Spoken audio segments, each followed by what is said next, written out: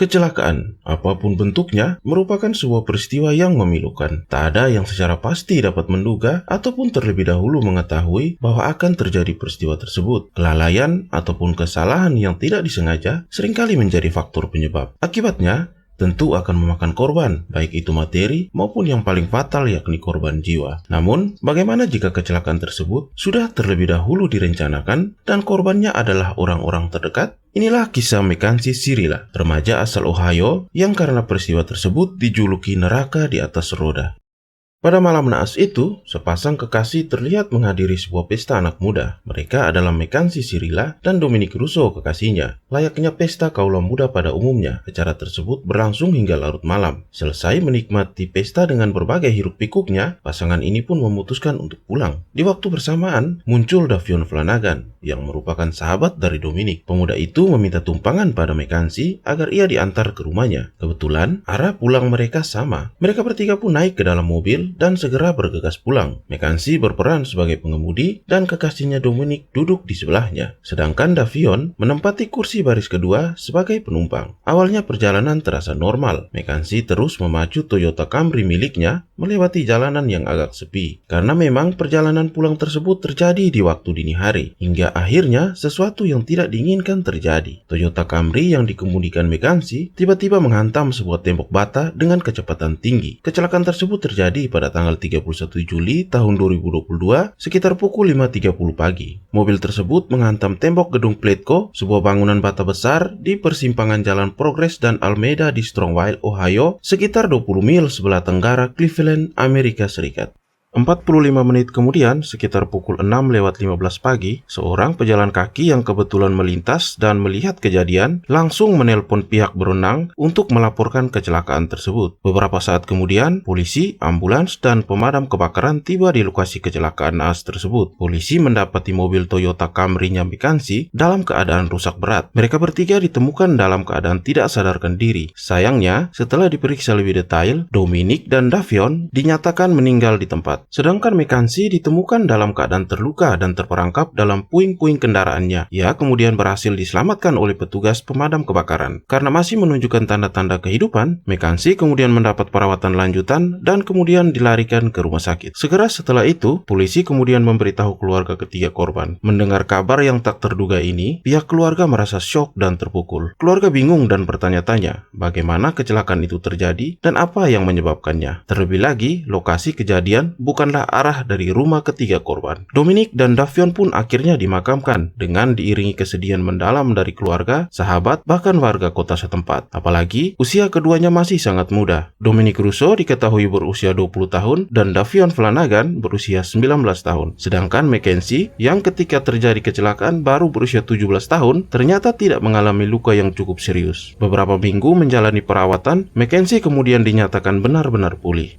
Seiring waktu berjalan, pihak kepolisian terus melanjutkan proses penyelidikan guna mencari penyebab kecelakaan. Ketika ditanya polisi, Mackenzie mengaku bahwa ia tidak mengingat apapun pada saat terjadi kecelakaan naas itu. Polisi kemudian kembali mengecek kondisi di tempat kejadian perkara. Di sana, mereka mengetahui jika mobil yang dikendarai oleh Mackenzie kala itu melaju dengan kecepatan tinggi, menabrak sebuah palang peringatan, dan kemudian menghantam tembok bangunan dengan keras. Bagi sebagian orang, mungkin beranggapan bahwa kejadian ini adalah murni sebuah kecelakaan yang tragis. Namun, di mata orang yang mengenal Mackenzie, secara khusus teman-temannya, peristiwa ini bukanlah kecelakaan biasa. Mereka tidak lagi kaget ketika mengetahui Mackenzie menyebabkan sebuah kecelakaan. Apalagi, dari hasil pemeriksaan, terdapat kandungan THC atau tetrahidrocannabinol dalam darah Mackenzie saat terjadi kecelakaan. THC adalah salah satu kandungan dari ganja, dan kandungan THC dalam diri Mackenzie ternyata melebihi batas legal di kota Ohio. Selain pemeriksaan darah, polisi juga memeriksa rekaman kamera keamanan di lokasi kejadian. Hasilnya, polisi berkesimpulan bahwa ada unsur kesengajaan oleh Mackenzie sehingga terjadi kecelakaan. Proses penyelidikan ini berlangsung selama 3 bulan setelah terjadinya kecelakaan. Dengan temuan-temuan tersebut, pihak kepolisian tidak bisa membiarkan Mackenzie lolos dari tanggung jawabnya sebagai pengemudi yang menyebabkan kecelakaan dan hilangnya 2 nyawa. Sehingga pada tanggal 4 November tahun 2022, Mackenzie akhirnya ditangkap. Ia ditangkap di usianya yang ke-18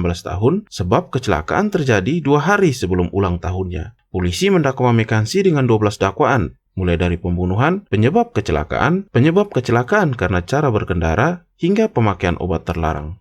Hampir setahun setelah terjadi kecelakaan, tepatnya tanggal 19 Juli tahun 2023, proses pra-peradilan digelar. Pada kesempatan itu, Mackenzie tetap bersikukuh tidak bersalah. Bagi dia, peristiwa itu adalah kecelakaan yang tidak ia sengaja, layaknya dakwaan yang diberikan padanya. Namun, pernyataan Mackenzie kemudian dibantah oleh jaksa. Jaksa menunjukkan bukti-bukti bahwa kecelakaan tersebut sengaja dilakukan oleh Mackenzie untuk menghilangkan nyawa Dominic yang adalah pacarnya. Juga sekaligus merenggut nyawa Davion yang kebetulan berada dalam mobil yang sama. Persidangan pertama dilaksanakan pada tanggal 7 Agustus tahun 2003 saat Mackenzie berusia 19 tahun. Sama seperti pada sidang pra-peradilan, Mackenzie tetap mengaku tidak bersalah. Namun, dalam persidangan 4 hari tersebut, terkuak beberapa fakta yang cukup mencengangkan.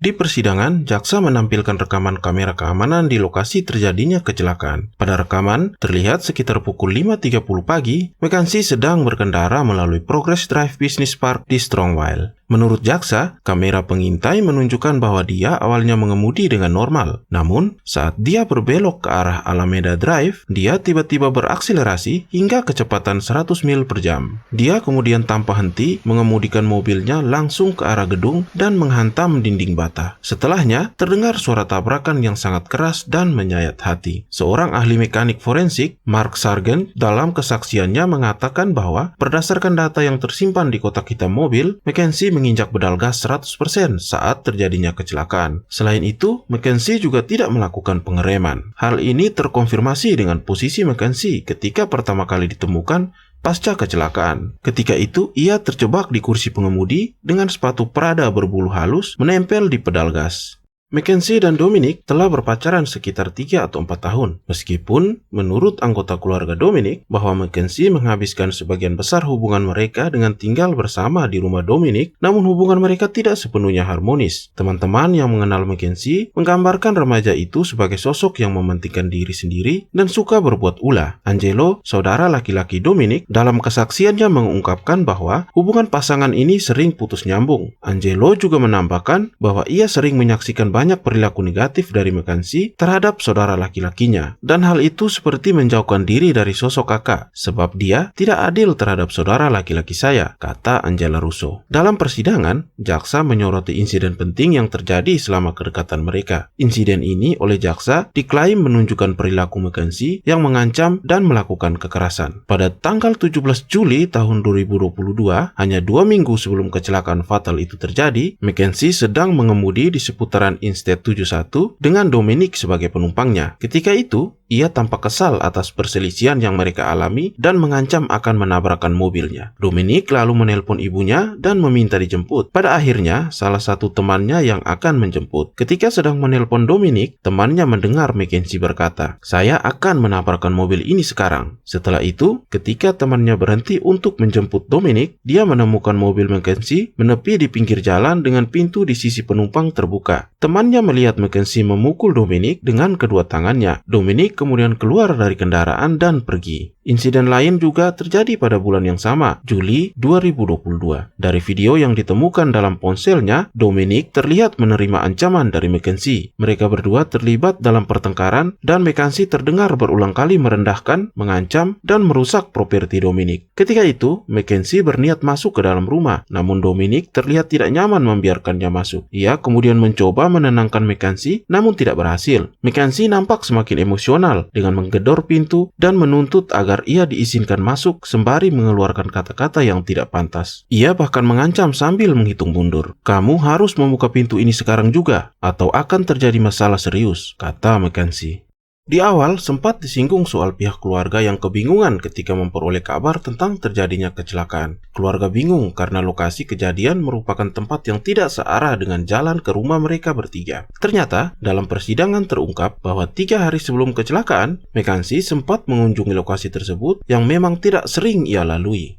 Pada sebuah kesempatan dalam persidangan, salah satu anggota keluarga membacakan surat pembelaan Mackenzie. Namun secara tegas, jaksa berpendapat bahwa apa yang tertulis dalam surat bertentangan dengan siapa Mackenzie sebenarnya. Menurut jaksa, ada beberapa fakta yang terjadi sehingga ia berpendapat demikian. Semua itu ditemukan di postingan Mackenzie di beberapa kanal media sosial dan dipaparkan jaksa saat persidangan. Pertama, dari akun Instagram ditemukan postingan di mana Mackenzie dan ibunya tampak sedang mengejar kontrak modeling dengan agensi Mackenzie yang berasal dari Los Angeles. Saat itu, Mackenzie masih berada dalam rumah sakit. Selanjutnya, Mackenzie terlihat menghadiri konser tak lama setelah dia keluar dari rumah sakit. Dalam rekaman video, ia terlihat berada di kursi roda ketika menghadiri konser. Jaksa juga mengklaim Mackenzie terlihat mengendarai mobil meskipun ibunya menyatakan bahwa ia kadang-kadang pusing akibat dari mengkonsumsi obat. Terdapat beberapa postingan TikTok Mackenzie yang juga disoroti jaksa. Jaksa lalu menunjukkan serangkaian video TikTok di mana Mackenzie terlihat bersiap-siap bersama beberapa temannya sebelum pergi keluar untuk merayakan pesta Halloween. Di video lainnya menunjukkan Mackenzie mengedipkan bulu matanya dengan kata-kata, "Aku bahkan tidak keren. Saya hanyalah salah satu dari gadis-gadis yang dapat menggunakan banyak narkoba dan tidak mati." Ada juga video lain Mackenzie yang berisi kata-kata, "Akulah yang membuatmu mati." Bagi jaksa, hal-hal ini sengaja diajukan dalam pengadilan untuk menunjukkan betapa berbedanya sosok Mackenzie seperti yang digambarkan dalam surat pembelaan, dan juga betapa tidak adanya rasa penyesalan dari Mackenzie. Kata jaksa, semua itu adalah sesuatu yang diperlihatkan ketika penyelidikan masih berlangsung sebelum dia didakwa dan ditangkap November tahun lalu.